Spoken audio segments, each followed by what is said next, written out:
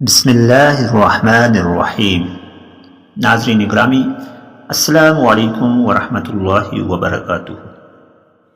امید ہے کہ آپ بخیر و عافیت ہوں گے۔ آج آپ کی خدمت میں ایک بہترین وظیفہ جو کہ تہجد کی نماز میں پڑھنے والا وظیفہ ہے، ایک یہ چھوٹی سی تسبیح ہے جس سے مال، دولت، عزت میں برکت ہوگی۔ بے شک آپ اس کو آزما سکتے ہیں۔ ناظرین گرامی، 11 دن تہجد میں لگاتار یہ وظیفہ کرنا ہے، انشاءاللہ آپ کی ہر حاجت پوری ہوگی۔ قرآن مجید فرقان حمید جو کہ راہ ہدایت ہے، اس کے اندر بہت سی آیات، بہت سی صورتیں اس بات کی گواہی دیتی ہیں کہ ہم مشکلات میں، مصائب میں، پریشانیوں میں اپنے رب کو کس قدر، کیسے، کس طرح اور کس وقت پکار سکتے ہیں۔ جا بجا ان آیات کی تفاسیر اس بات کی گواہ ہیں کہ فلاں وقت میں مشکلات میں پھنسے اللہ کے بندے نے کیا دعا فرمائی۔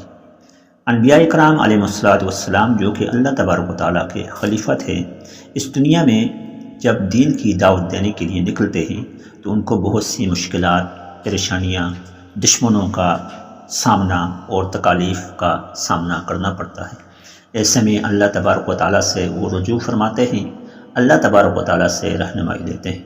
اللہ رب العزت اپنے مقرب فرشتے جبرائیل امین کے ذریعے پیغام دیتے ہیں کہ اس وقت میں آپ نے یہ دعا کرنی ہے۔ یوں مشکلات کو سہ کر، پریشانیوں کا سامنا کر کے وہ اس چیز کا حل نکالتے ہیں، اللہ کے حضور گڑ گڑاتے دعا مانگتے ہیں تو ان کے مسائل حل ہو جاتے ہیں۔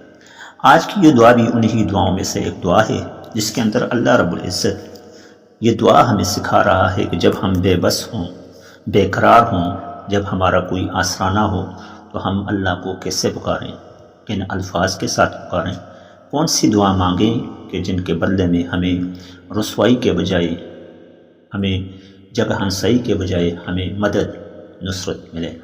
ایسے میں ہم مشکلات سے دوچار، مالی پریشانیوں سے دوچار، فقر سے دوچار حالات کا سامنا کرنے کے لیے ان آیات کو آزما سکتے ہیں۔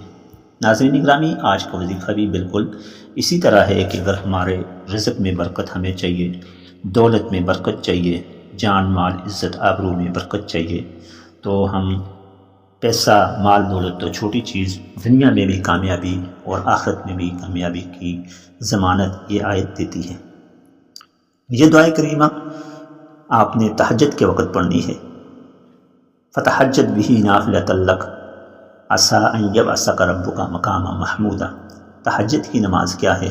ایک ایسی نماز ہے کہ جب آپ خلوت میں مخلوق سے کٹ کر اپنے رب سے جڑ جاتے ہیں، تنہائی میں آپ کا آسرا اس آسمان والے عرش پر قائم ذات کی طرف ہوتا ہے جس نے پوری دنیا کو وجود بخشا۔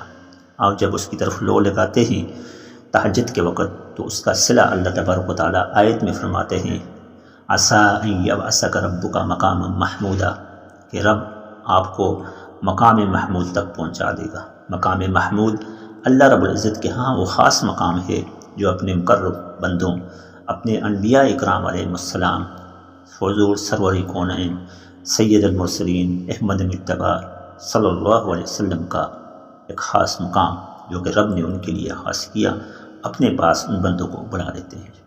ناظرین گرامی، یہ دعا اسی وجہ سے سکھائی گئی تاکہ اپنے رب کے قریب ہو جائیں۔ تہجد کے وقت آپ نے یہ دعا پڑھنی ہے جو دعا ہم آپ کو ابھی بتائیں گے۔ آپ نے 11 دن تک تہجد میں مسلسل پڑھنی ہے۔ آپ کو مزہ آئے، آپ اس کے اثرات دیکھیں تو اس کو مسلسل پڑھتے رہیں، اس میں ناغہ نہ کریں۔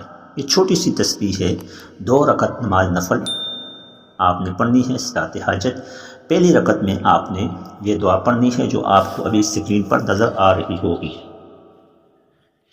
ناظرین گرامی، یہ دعا آپ کو جو ابھی اسکرین پر نظر آ رہی ہے انتہائی مختصر، انتہائی جامع دعا ہے۔ یہ دعائے مبارکہ آپ نے 2 رکعت نماز نفل صلاۃ حاجت کی نیت کرنی ہے۔ پہلی رکعت میں آپ نے یہ دعا پڑھنی ہے، جتنی تعداد میں آپ چاہیں اس کو پڑھ سکتے ہیں۔ سب سے پہلے آپ نے بسم اللہ الرحمن الرحیم فدعا ربہ انی مغلوب فانتصر، فدعا ربہ انی مغلوب فانتصر۔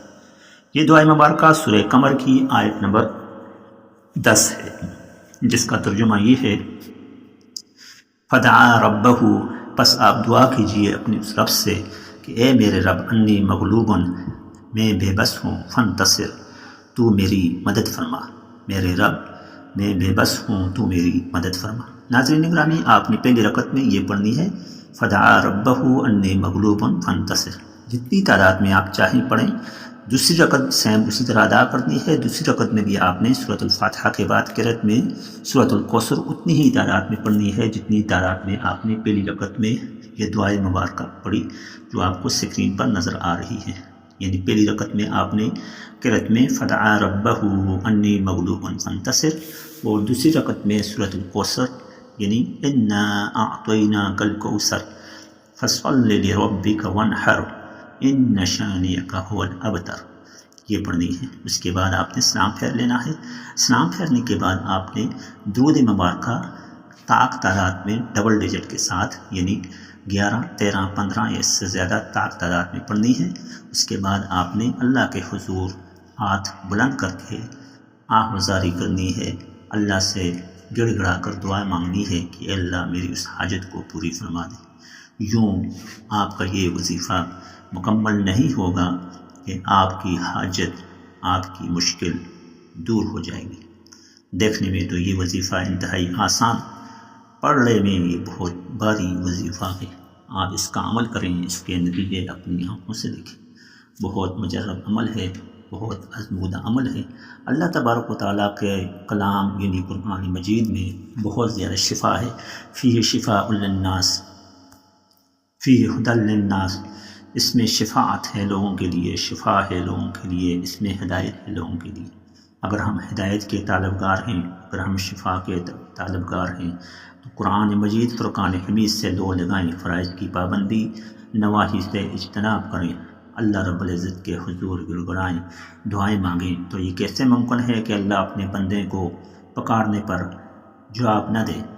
کیونکہ اللہ تبارک و تعالیٰ قرآن مجید فرقان حمید میں فرماتے ہیں کہ آپ مجھے پکارو میں تمہاری پکار کا جواب دوں گا، تم مجھے پکارو میں تمہاری پکار کا جواب دوں گا، ادعونی استجب لکم، تم مجھے پکارو میں جواب دوں گا۔